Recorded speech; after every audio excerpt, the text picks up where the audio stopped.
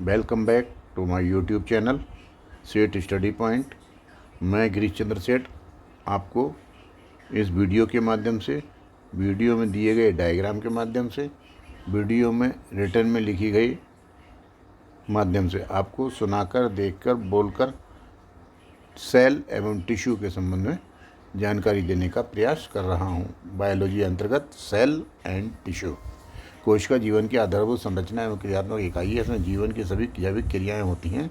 सबसे बड़ी कोशिका शुतुरमुर्ग का अंडा होती है। सबसे छोटी माइकोप्लाज्मा। सबसे लंबी कोशिका तंत्रिका तंत्र होती है। कोशिका संरचना का सर्वप्रथम अध्ययन रॉबर्ट हुक ने 1665 में किया गया था। कोशिका झिल्ली, जो कोशिका के चारों ओर होती है, ये अर्धपारगम्य झिल्ली होती है।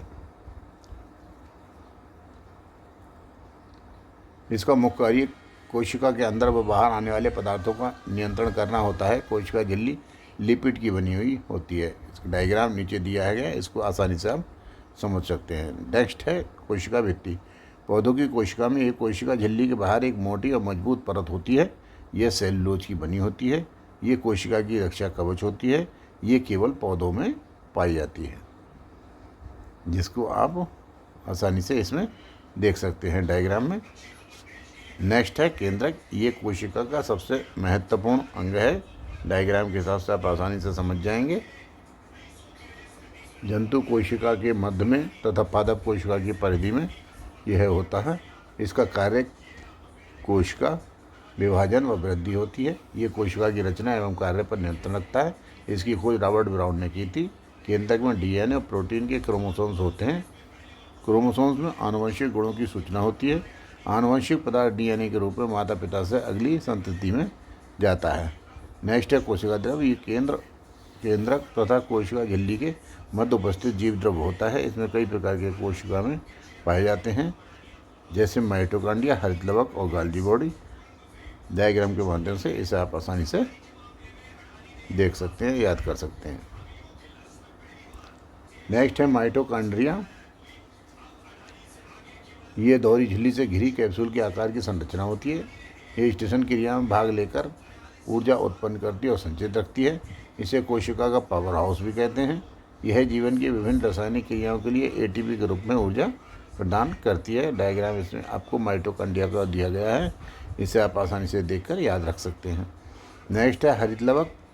ये हरी पादप कोशिकाओं में पाया जाता है। ये प्रकाश संश्लेषण में प्रतिबंधित करता है। पत्तियों का हरा रंग क्लोरोफिल के कारण ही होता है। नेक्स्ट है तारकाय। ये जंतु कोशिका में केंद्र के पास पाया जाता है। यह कोशिका विभाजन में सहायता करता है। नेक्स्ट है रिक्तिका। यह पादप एवं जंतु कोशिका में पाई जाती है। पादपों में बड़ी वैक्यूल और जंतु कोशिका में छोटी वैक्यूल होती हैं। इनका कार्य पानी, लवण आदि का संग्रह और संतुलन करना होता है। नेक्स्ट है गोल्जी बॉडी। तारकाय, शुक्राणु, एक्रोसोम, पीतक और मेलेनिन का निर्माण और इस भंडार इन्हीं के अंदर होता है। नेक्स्ट है लाइसोसोम। यह एकल झिल्ली युक्त गोल, छोटी और थैलीनुमा संरचना होती है। डायग्राम के माध्यम से आप इसको देख सकते हैं।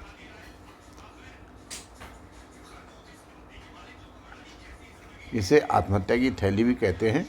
यह कोशिका में आने वाले पदार्थों को पचाने का कार्य करती है। नेक्स्ट है राइबोसोम। ये ribo nucleic acid RNA protein की बनी होती है। यह प्रोटीन संश्लेषण का कार्य करती है। डायग्राम में इसको आप आसानी से देख सकते हैं।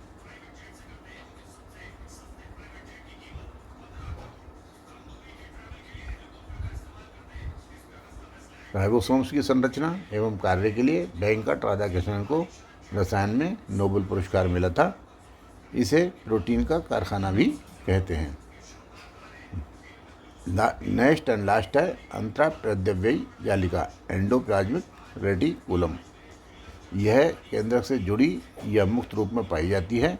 इसकी सतह पर राइबोसोम्स पाए जाते हैं, जो प्रोटीन सिंथेसिस का कार्य करते हैं। एंडोप्लाज्मिक रेटिकुलम का डायग्राम आपको दिया हुआ है, आसानी से इसे आप समझ सकते हैं। अब आइए पादप कोशिका और जंतु कोशिका में क्या डिफरेंस होता है आपको बताते हैं। पादप कोशिका की जो सेल होती है उसमें कोशिका भित्ति पाई जाती है, जबकि जंतु कोशिका की जो सेल होती है उसमें कोशिका भित्ति नहीं होती है। पादप कोशिका में कोशिका भित्ति होती है और जंतु कोशिका में कोशिका भित्ति नहीं होती है। इसी प्रकार पादप कोशिका में हरित लवक पाए जाते हैं और जंतु कोशिका में हरित लवक नहीं पाए जाते हैं। नेक्स्ट है, पादप कोशिका में सेंट्रोसोम अनुपस्थित होता है, जबकि जंतु कोशिका में सेंट्रोसोम उपस्थित होता है। पादप कोशिका में रिक्तक का बड़ी व संख्या में एक होती है, जबकि जंतु कोशिका में रिक्तिकाएँ जो हैं छोटी और संख्या में एक से अधिक पाई जाती हैं।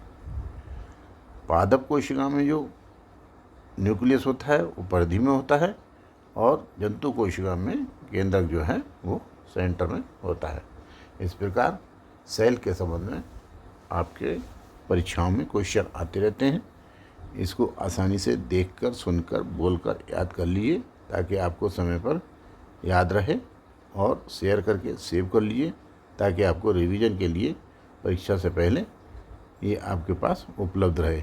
इसमें डायग्राम और जो विवरण दिया हुआ है बहुत ही सरल भाषा में और लगभग पूरा पिछली विगत परीक्षाओं के क्वेश्चनों को, विगत परीक्षाओं में जो क्वेश्चन आए हैं उनको ध्यान में रखते हुए सभी बातें इसमें समाहित कर दी गई हैं।